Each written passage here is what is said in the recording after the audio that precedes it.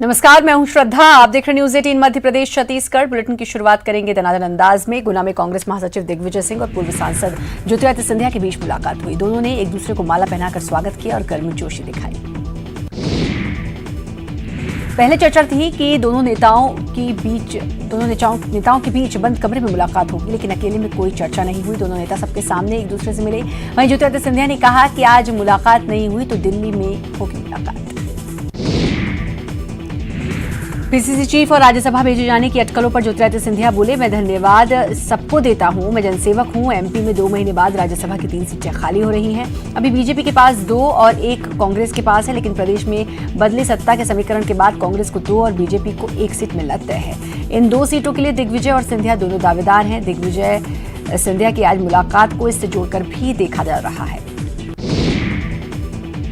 पूर्व केंद्रीय मंत्री ज्योतिरादित्य सिंधिया आज भोपाल पहुंचे, जहां वो कांग्रेस जिला अध्यक्ष से उनके घर पर जाकर मिले। सड़क पर उतरने वाले आंदोलन के सवाल को सिंधिया टाल गए। प्रदेश के जनसंपर्क मंत्री पीसी शर्मा ने सिंधिया के सुर में सुर मिलाते हुए कहा कि अगर 5 सालों में सरकार का वचन पत्र पूरा नहीं हुआ तो हम सब सड़कों पर उतरेंगे। वहीं पीसी शर्मा ने सिंधिया के सड़क पर उतरने के बयान को जायज ठहराया।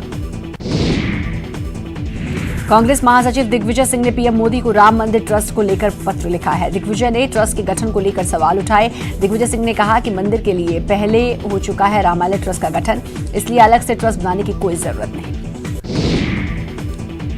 दिग्विजय सिंह ने ट्रस्ट में शंकराचार्य को शामिल न किए जाने पर भी सवाल उठाए। वहीं वासुदेवानंद जी को शंकराचार्य के तौर पर शामिल करने पर सवाल उठाए। दिग्विजय सिंह ने कहा कि सनातन धर्म के 5 शंकराचार्य में से किसी एक को अध्यक्ष बनना चाहिए था। राम जन्मभूमि तीर्थ ट्रस्ट के गठन से शंकराचार्य स्वरूपानंद सरस्वती भी नाराजगी जता चुके हैं। उन्होंने केंद्र सरकार पर निशाना साधते हुए कहा कि ट्रस्ट के गठन में हिंदू धर्माचार्यों और हिंदू पक्षकारों को दरकिनार किया गया है। छत्तीसगढ़ के बजट सत्र में विपक्ष के हमलों का जवाब देने के लिए सरकार आज रणनीति बनाएगी। कांग्रेस विधायक दल की बैठक आज शाम सीएम आवास पर बुलाई गई। विधायकों को विपक्ष के हमलों को जवाब देने के लिए टिप्स दिया जाएगा। साथ ही सदन में धान खरीदी पर सरकार का पक्ष जोर शोर से रखने का निर्देश विधायकों को दिया जाएगा। रायपुर में आज बीजेपी विधायक दल की बैठक होने जा रही है। बैठक आज शाम 6:30 बजे होगी, जिसमें बजट सत्र में सरकार को घेरने की रणनीति पर चर्चा होगी। राज्यपाल अनुसुईया उइके के अभिभाषण के साथ विधानसभा के बजट सत्र का आगाज हो गया। राज्यपाल ने अपने अभिभाषण में सरकार की उपलब्धियों को गिनाया। राज्यपाल ने कहा कि प्रदेश को आदर्श परंपराओं का गढ़ बनाया, जिम्मेदारियों का निर्वाह पूरी निष्ठा के साथ किया। छत्तीसगढ़ विधानसभा का बजट सत्र शुरू हो गया है। 3 मार्च को मुख्यमंत्री भूपेश बघेल प्रदेश का बजट पेश करेंगे। सीएम बतौर वित्त मंत्री दूसरी बार सदन में बजट पेश करेंगे। छत्तीसगढ़ का बजट करीब 1 लाख करोड़ से अधिक का होने का अनुमान है। धमतरी के सिहावा से विधायक लक्ष्मी ध्रुव अनोखे अंदाज में विधानसभा पहुंची। लक्ष्मी ध्रुव राज्यगीत अरपा पैरी के धार की साड़ी पहनकर सदन में पहुंची और कहा कि उन्होंने राज्य की संस्कृति को बढ़ावा देने के लिए साड़ी पहनी है। आज विधानसभा का बजट सत्र शुरू होने से पहले कार्य मंत्रणा समिति की बैठक हुई। विधानसभा अध्यक्ष की अध्यक्षता में हुई इस बैठक में सीएम बघेल और नेता प्रतिपक्ष शामिल हुए। बैठक में बजट सत्र को सुचारू रूप से चलाने को लेकर सहमति बनी। धान खरीदी और किसानों पर हुए लाठीचार्ज का मामला शांत होता नहीं दिख रहा।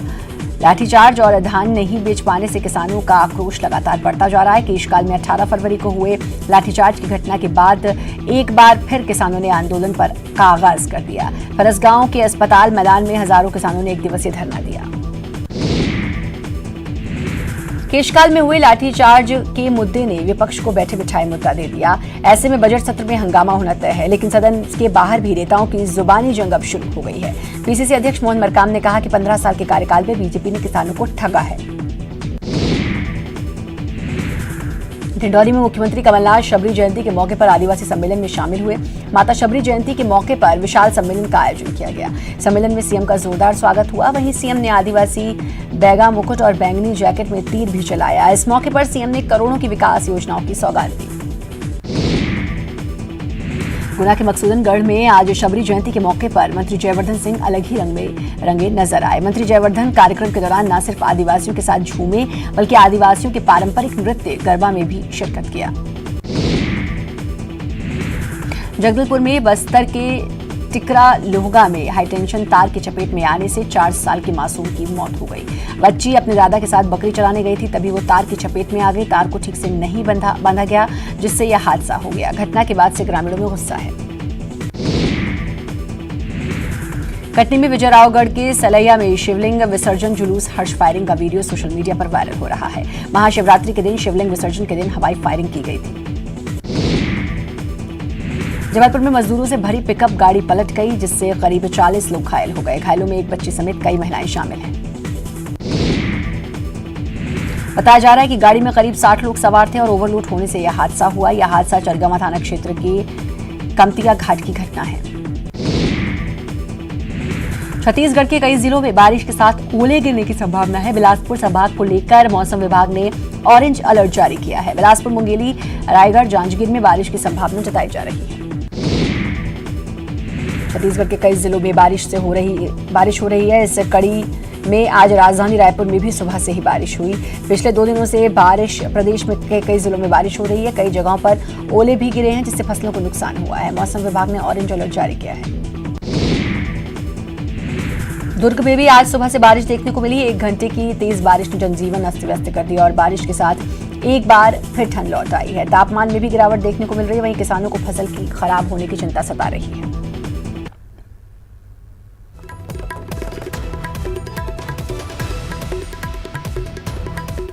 और जयवर्धन दास आप देख सकते हैं नृत्य करते हुए दिखाई दे रहे हैं। शबरी जयंती पर यह कार्यक्रम चल रहा है। नगरीय प्रशासन जयवर्धन सिंह जो इस समय नृत्य करते हुए दिखाई दे रहे हैं।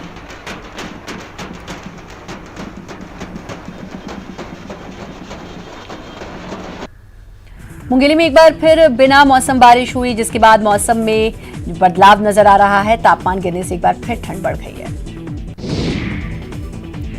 मुंगेली में बारिश की वजह से खरीदी केंद्रों पर खुले में रखे गए धान भीग गए, जिसकी वजह से धान खराब होने की आशंका जताई जा रही है। धान को नहीं ढकने की वजह से धान भीग गया। कोरबा में एक बार फिर मौसम का मिजाज बदला नजर आया। यहां गरज चमक के साथ बूंदाबांदी शुरू हुई, जिसकी वजह से तापमान में गिरावट देखने को मिली। कवर्धा में बेमौसम बारिश हुई। बारिश में लोगों की मुसीबतें बढ़ा दी। यहां खरीदी केंद्रों पर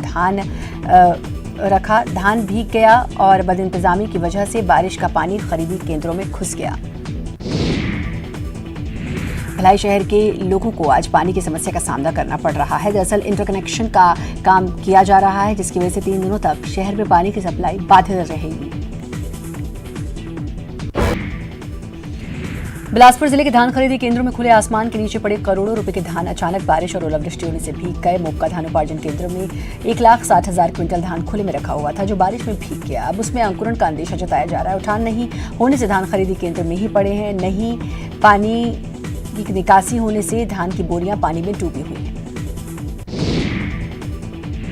छत्तीसगढ़ में जल्द ही 12 रेजिडेंशियल स्पोर्ट्स कॉम्प्लेक्स खोले जाएंगे। इसके अलावा उच्च शिक्षा के क्षेत्र में काफी कुछ नया किया जाएगा। यूनिवर्सिटी को इंटरलिंक करने के लिए भी कार्य योजना तैयार है। खेल और उच्च शिक्षा मंत्री उमेश पटेल ने इसको लेकर आगामी बजट सत्र से काफी उम्मीद की है।